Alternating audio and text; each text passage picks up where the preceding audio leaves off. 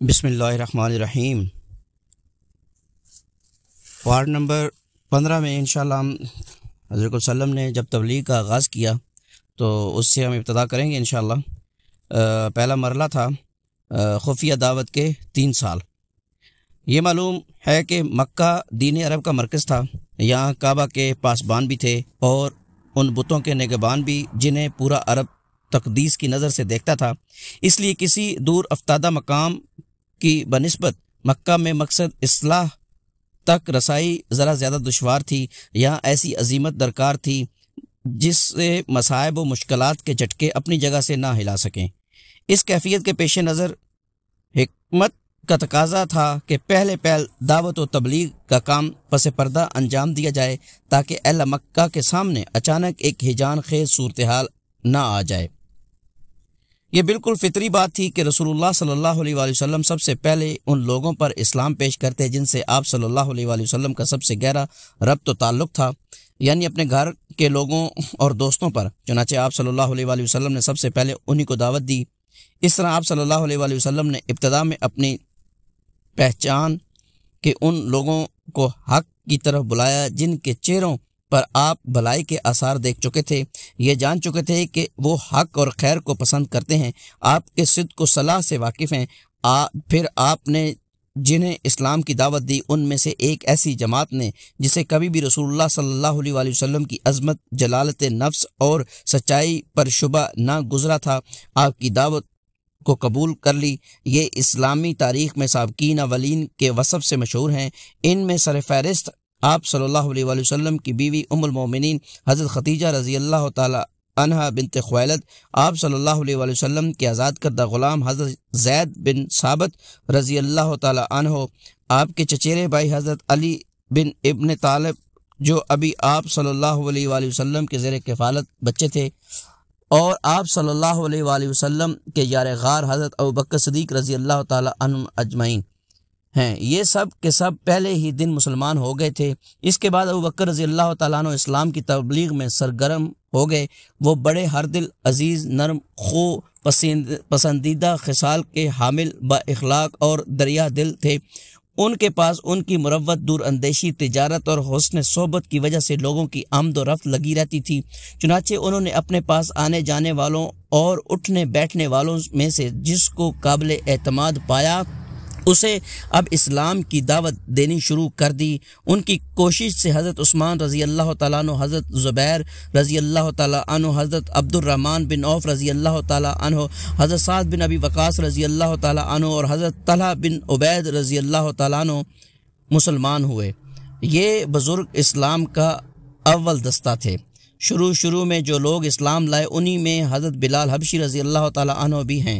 ان کے بعد امین امت حضرت عبیدہ رضی اللہ تعالیٰ عنہ، عامر بن جراح رضی اللہ تعالیٰ عنہ، ابو سلمہ بن عبد الاسد، ارقم بن ابی الارقم، عثمان بن مظعون اور ان کے دونوں بھائی قدامہ اور عبداللہ، اور عبیدہ بن حارث بن مطلب بن عبد المناف، سعید بن زید اور ان کی بیوی یعنی حضرت عمر رضی اللہ تعالیٰ عنہ کی بہن فاطمہ بنت خطاب رضی اللہ تعالیٰ عنہ، اور خباب بن ارت رضی اللہ تعالیٰ عنہ، عبداللہ بن مسعود رضی اللہ تعالیٰ عنہ، دوسرے کئی افراد مسلمان ہو گئے۔ یہ لوگ مجموعی طور پر قریش کے تمام شاخوں سے تعلق رکھتے تھے۔ ابن حشام نے ان کی تعداد 40 سے زیادہ بتائی ہے۔ ابن حساق کا بیان ہے کہ اس کے بعد مرد اور عورتیں اسلام میں جماعت در جماعت داخل ہوئے، یہاں تک کہ مکہ میں اسلام کا ذکر پھیل گیا اور لوگوں میں اس کا چرچا ہو گیا۔ یہ لوگ چھپ چھپا کر مسلمان ہوئے تھے اور رسول اللہ صلی اللہ علیہ وآلہ وسلم بھی چھپ چھپا کر ہی ان کی رہنمائی اور دینی تعلیم کے لیے ان کے ساتھ جمع ہوتے تھے، کیونکہ تبلیغ کا کام ابھی تک انفرادی طور پر پس پردہ چل رہا تھا۔ ادھر سورہ مدثر کی ابتدائی آیات کے بعد وحی کی آمد پورے تسلسل اور گرم رفتاری کے ساتھ جاری تھی۔ اس دور میں چھوٹی چھوٹی آیتیں نازل ہو رہی تھیں۔ ان آیتوں کا خاتمہ یکساں قسم کے بڑے پرکشش الفاظ پر ہوتا تھا اور ان میں بڑی سکون بخش اور جاذب قلب نغمی ہوتی تھی جو اس پرسکون اور رقت آمیز فضا کے عین مطابق ہوتی تھی۔ پھر ان آیتوں میں تزکیہ نفس کی خوبیاں اور آلائش دنیا میں لت پت ہونے کی برائیاں بیان کی جاتی تھیں اور جنت اور جہنم کا نقشہ اس طرح کھینچا جاتا تھا کہ گویا وہ آنکھوں کے سامنے ہیں۔ یہ آیتیں اہل ایمان کو اس وقت کہ انسانی معاشرے سے بالکل الگ ایک دوسری ہی فضا کی سیر کراتی تھیں۔ ابتداً جو کچھ نازل ہوا اسی میں نماز کا حکم بھی تھا۔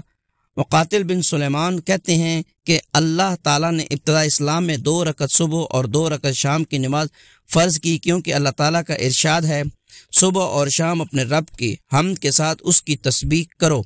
ابن حجر کہتے ہیں کہ نبی اکرم صلی اللہ علیہ وآلہ وسلم اور اسی طرح آپ صلی اللہ علیہ وآلہ وسلم کے صحابہ کرام واقعہ معراج سے پہلے قطعی طور پر نماز پڑھتے تھے۔ البتہ اس میں اختلاف ہے کہ نماز پنجگانہ سے پہلے کوئی نماز فرض تھی یا نہیں۔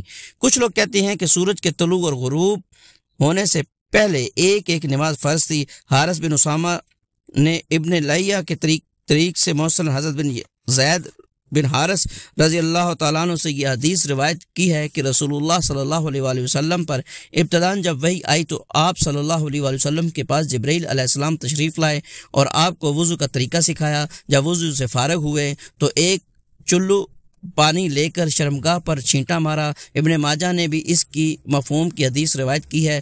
برا بن عازب اور ابن عباس رضی اللہ تعالیٰ عنہ سے بھی اسی طرح کی حدیث مروی ہے۔ ابن عباس رضی اللہ تعالیٰ عنہ کی حدیث میں یہ بھی مذکور ہے کہ یہ نماز اولین فرائض میں سے تھی۔ ابن حشام کا بیان ہے کہ نبی اکرم صلی اللہ علیہ وآلہ وسلم اور صحابہ کرام نماز کے وقت گھاٹیوں میں چلے جاتے تھے اور اپنی قوم سے چھپ کر نماز پڑھتے تھے۔ ایک بار ابو طالب نے اپنے نبی اکرم صلی اللہ علیہ وآلہ وسلم اور حضرت علی رضی اللہ تعالیٰ عنہ کو نماز پڑھتے دیکھ لیا، پوچھا اور حقیقت معلوم ہوئی تو کہا کہ اس پر برقرار رہیں۔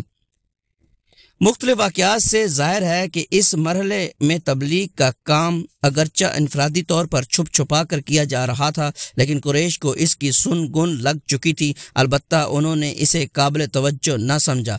محمد غزالی لکھتے ہیں کہ یہ خبریں قریش کو پہنچ چکی تھیں، لیکن قریش نے انہیں کوئی اہمیت نہ دی۔ غالباً انہوں نے محمد صلی اللہ علیہ وآلہ وسلم کو بھی اسی طرح کا کوئی دینی آدمی سمجھا۔ ابو الوحیت اور حقوق الوحیت کے موضوع پر گفتگو کرتے رہیں، جیسے کہ امیہ بن ابی اسلط، قس بن سعیدہ اور عمرو بن نفیل وغیرہ نے کیا تھا۔ البتہ قریش نے آپ کی خبر کے پھیلاؤ اور اثر کے بڑھاؤ سے کچھ اندیشے ضرور محسوس کیے تھے، اور ان کی نگاہیں رفتار زمانہ کے ساتھ آپ کے انجام اور آپ کی تبلیغ پر رہنے لگیں۔ 3 سال تک تبلیغ کا کام خفیہ اور انفرادی رہا، اور اس دوران اہل ایمان کی ایک جماعت تیار ہو گئی جو اخوت اور تعاون پر قائم تھی، اللہ کا پیغام پہنچا رہی تھی اور اس پیغام کو اس کا مقام دلانے کے لیے کوشاں تھیں۔ اس کے بعد وحی الہی نازل ہوئی، رسول اللہ صلی اللہ علیہ وآلہ وسلم کو مکلف کیا گیا کہ اپنی قوم کو کھلم کھلا دین کی دعوت دیں، ان کے باطل سے ٹکرائیں اور ان کے بتوں کی حقیقت واشگاف کریں۔ اس بارے میں سب سے پہلے اللہ تعالیٰ کا یہ قول نازل ہوا، آپ صلی اللہ علیہ وآلہ وسلم اپنے نزدیک ترین قرابت داروں کو عذاب الہی سے ڈرائیے۔ یہ سورہ شعراء کی آیت ہے، اور اس سورہ میں سب سے پہلے حضرت موسیٰ علیہ السلام کا واقعہ بیان کیا گیا ہے، یعنی یہ بتایا گیا ہے کہ کس طرح حضرت موسیٰ علیہ السلام کی نبوت کا آغاز ہوا، پھر آخر میں انہوں نے بنی اسرائیل سمیت ہجرت کر کے فرعون اور قوم فرعون سے نجات پائی، اور فرعون اور آل فرعون کو غرق کیا گیا۔ بلفظ دیگر یہ تذکرہ اس تمام مراحل پر مشتمل ہے کہ جن سے حضرت موسیٰ علیہ السلام فرعون اور قوم فرعون کو اللہ کے دین کی دعوت دیتے ہوئے گزرے تھے۔ میرا خیال ہے کہ جب رسول اللہ صلی اللہ علیہ وآلہ وسلم کو اپنی قوم کے اندر کھل کر تبلیغ کرنے کا حکم دیا گیا تو اس واقعے پر حضرت موسیٰ علیہ السلام کے واقعے کہ یہ تفصیل اس لیے بیان کر دی گئی تاکہ کھلم کھلا دعوت دینے کے بعد جس طرح تک کی تکذیب اور ظلم و زیادتی سے سابقہ پیش آنے والا تھا، اس کا ایک نمونہ آپ صلی اللہ علیہ وآلہ وسلم اور صحابہ کرام رضی اللہ تعالی عنہم اجمعین کے سامنے موجود رہے۔ دوسری طرف اس سورہ میں پیغمبروں کو جھٹلانے والی اقوام مثلا فرعون اور قوم فرعون کے علاوہ قوم نوح، عاد، سمود، قوم ابراہیم علیہ السلام، قوم لوط اور اصحاب الایکہ کے انجام کا بھی ذکر ہے۔ اس کا مقصد غالباً یہ ہے کہ جو لوگ آپ کو جھٹلائیں انہیں معلوم ہو جائے کہ تکذیب پر اصرار کی صورت میں ان کا انجام کیا ہونے والا ہے، اور وہ اللہ تعالیٰ کی طرف سے کس قسم کے مواخذے سے دوچار ہوں۔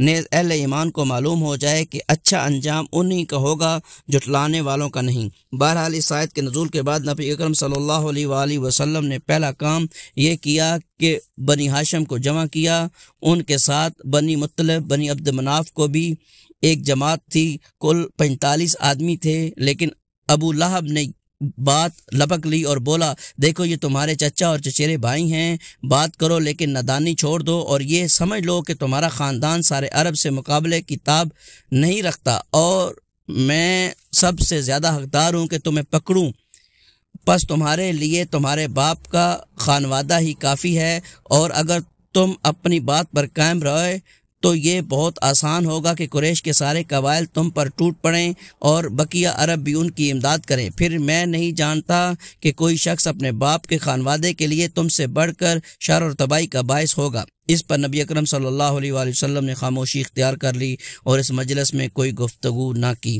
اس کے بعد آپ صلی اللہ علیہ وآلہ وسلم نے انہیں دوبارہ جمع کیا اور ارشاد فرمایا، ساری حمد اللہ کے لیے ہے، میں اس کی حمد کرتا ہوں، اس سے مدد چاہتا ہوں، اس پر ایمان رکھتا ہوں، اسی پر بھروسہ کرتا ہوں، اور یہ گواہی دیتا ہوں کہ اللہ کے سوا کوئی لائق عبادت نہیں، وہ تنہا ہے، اس کا کوئی شریک نہیں۔ پھر آپ صلی اللہ علیہ وآلہ وسلم نے فرمایا، رہنما اپنے گھر کے لوگوں سے جھوٹ نہیں بول سکتا، اس خدا کی قسم جس کے سوا کوئی معبود نہیں، میں تمہاری طرف خصوصاً اور لوگوں کی طرف عموماً اللہ کا رسول فرستادہ بنا ہوں۔ بخدا تم لوگ اسی طرح موت سے دوچار ہوگے جیسے سو جاتے ہو، اور اسی طرح اٹھائے جاؤ گے جیسے سو کر جاگتے ہو۔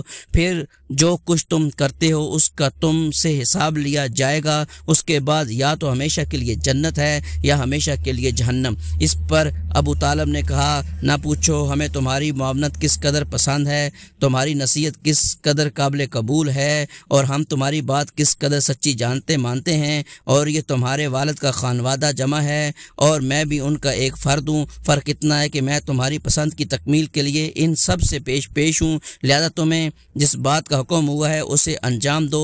بخدا میں تمہاری مسلسل حفاظت و اعانت کرتا رہوں گا، البتہ میری طبیعت عبد المطلب کا دین چھوڑنے پر راضی نہیں۔